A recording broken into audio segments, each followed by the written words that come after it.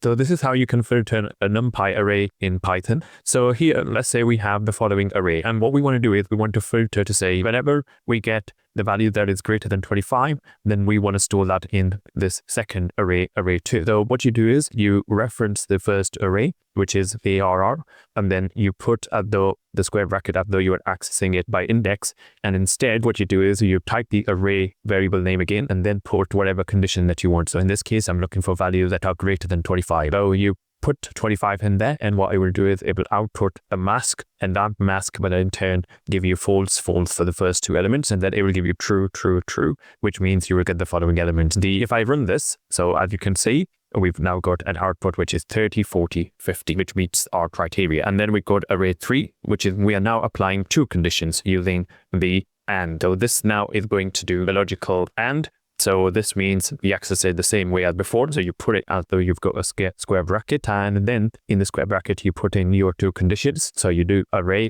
less than 50, array less than 50, and then this will get processed, and you will then get an output such as 30, 40, because that means it's greater than 20, and it's less than 50 in these two elements. Now, what about if you actually want to know where those elements are? So what is the index number? So what you can then use is using the NumPy where function. You can pass it an array, and then what you can do is say it is greater than 25. So this is meeting our first condition. So that's pretty much the same, other than we don't use square brackets anymore, or you just use these parentheses here, and then you can print out the indexes. So as you can see here, the indexes have been printed out. So you can see that the element that we were interested in, which were 30, 40, 50. So that's index 0, that's index 1, that's index 2, 3, 4, 2, 3, 4. And that's the output we get here. 2, 3, 4. So this is where, and you will use outring and Boolean indexing to quickly extract elements or filter elements from an array using NumPy module in Python.